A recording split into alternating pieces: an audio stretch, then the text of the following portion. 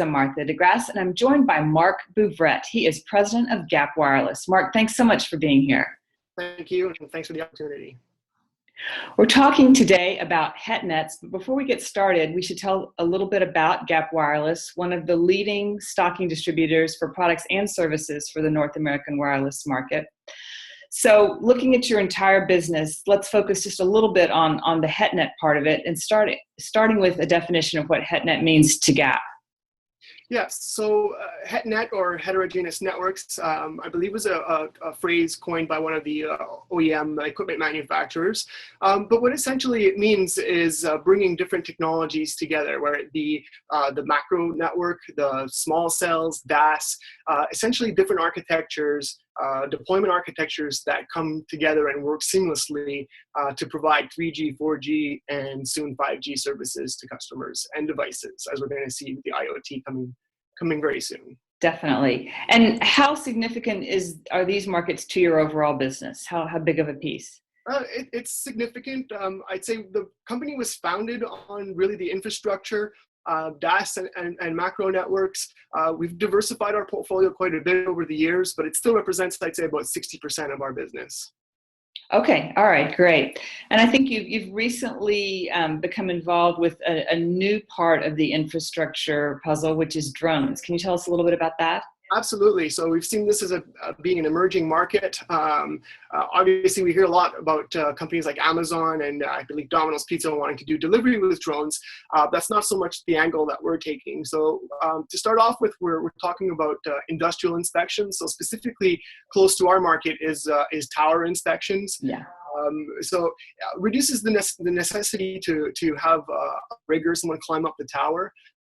We're certainly not trying to compete with these companies. On the contrary, what we're providing is an ecosystem for companies such as contractors, tower contractors, to be able to build up their drone capabilities, get the required regulatory approvals that they need, the training that they need, as well as the hardware itself, and then software for management of data, and also management of their flight plans. So we're really taking an ecosystem approach to industrial inspections.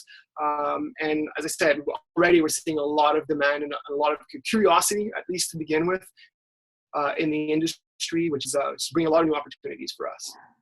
Yeah, we do hear a lot about that. Not so much yet for the small cells and DAS, though, right? Drones is still mostly for tower applications, right? Correct. I mean, we can certainly see some applications, and we're actually working on developing some new sensors that would not just do some photography or video, which is what's more prevalent in the industry right now, but integrating possibly some RF payload sensors where again, we're working on some applications that would allow some measurements possibly for small cell optimization. Okay, great. All right, so let's go back and focus a little bit, though, on the small cells and the DAS. What are some of the main customer challenges that you find yourself helping with in this area?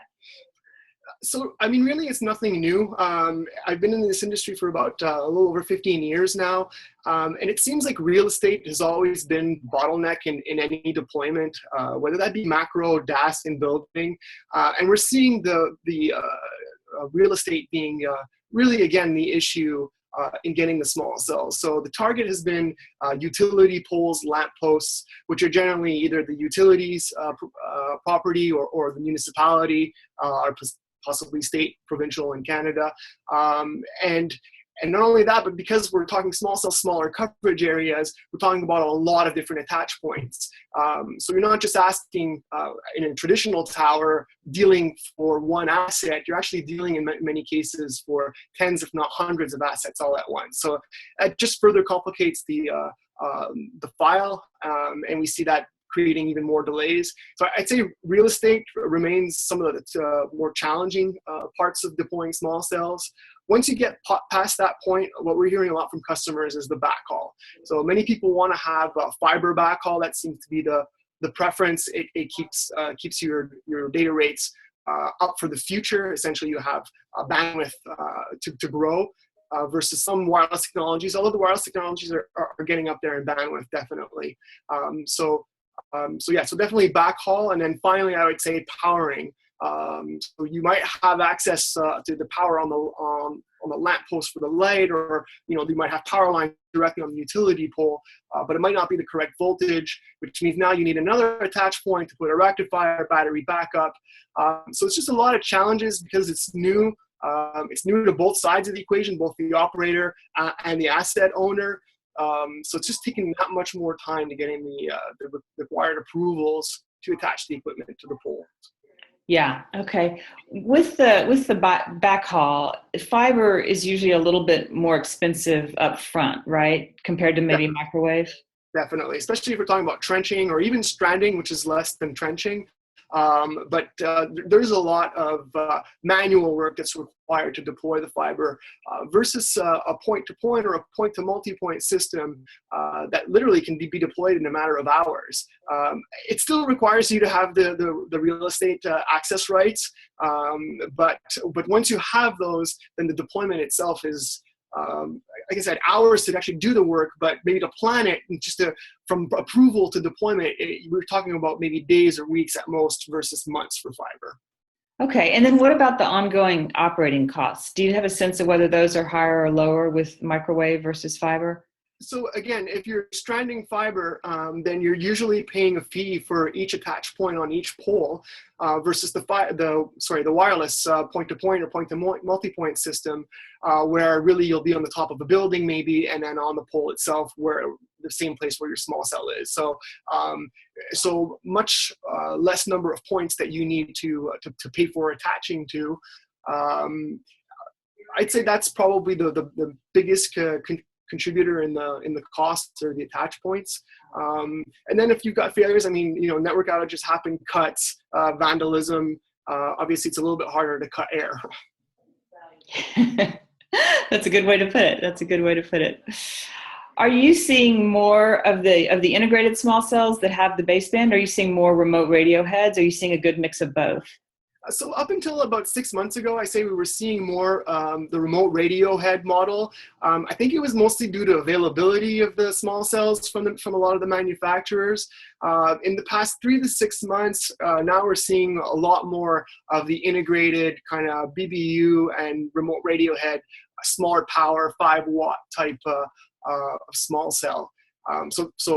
And if I may here, just make one distinction. I mean, when we say small cells, it refers to a lot of things, at least in discussions with our customers. So there's the outdoor small cells, 5-watt type of product, but you also have the smaller in-building, whether they're femtocells, picocells, which are much lower power,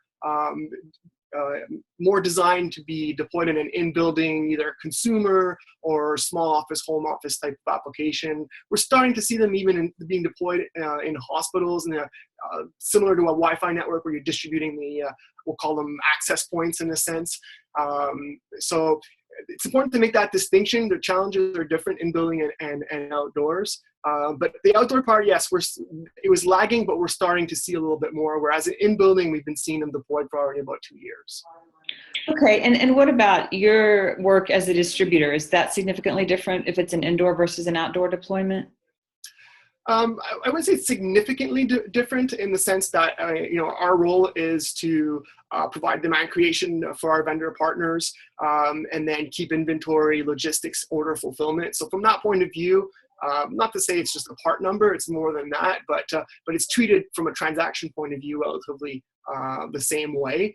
I'd say it's the work leading up to it that's very different, and everything that gets wrapped around it. So you need to be conscious of whether it's going indoors and outdoors. The cabling, so the category 6 cabling might need to be fire retardant or plenum in building, whereas it might just need to be a standard cable, UV protected for something that's being deployed outdoors. So for the product itself, not so much, but understanding what gets wrapped around, what the requirements are for battery backup, for powering, what other products are around that. For example, we talked about wireless backhaul.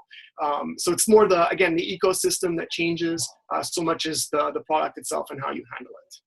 All right, Mark Bouvret, President of Gap Wireless in Canada. Thank you so much for being here today. Thank you, Martha. Appreciate it.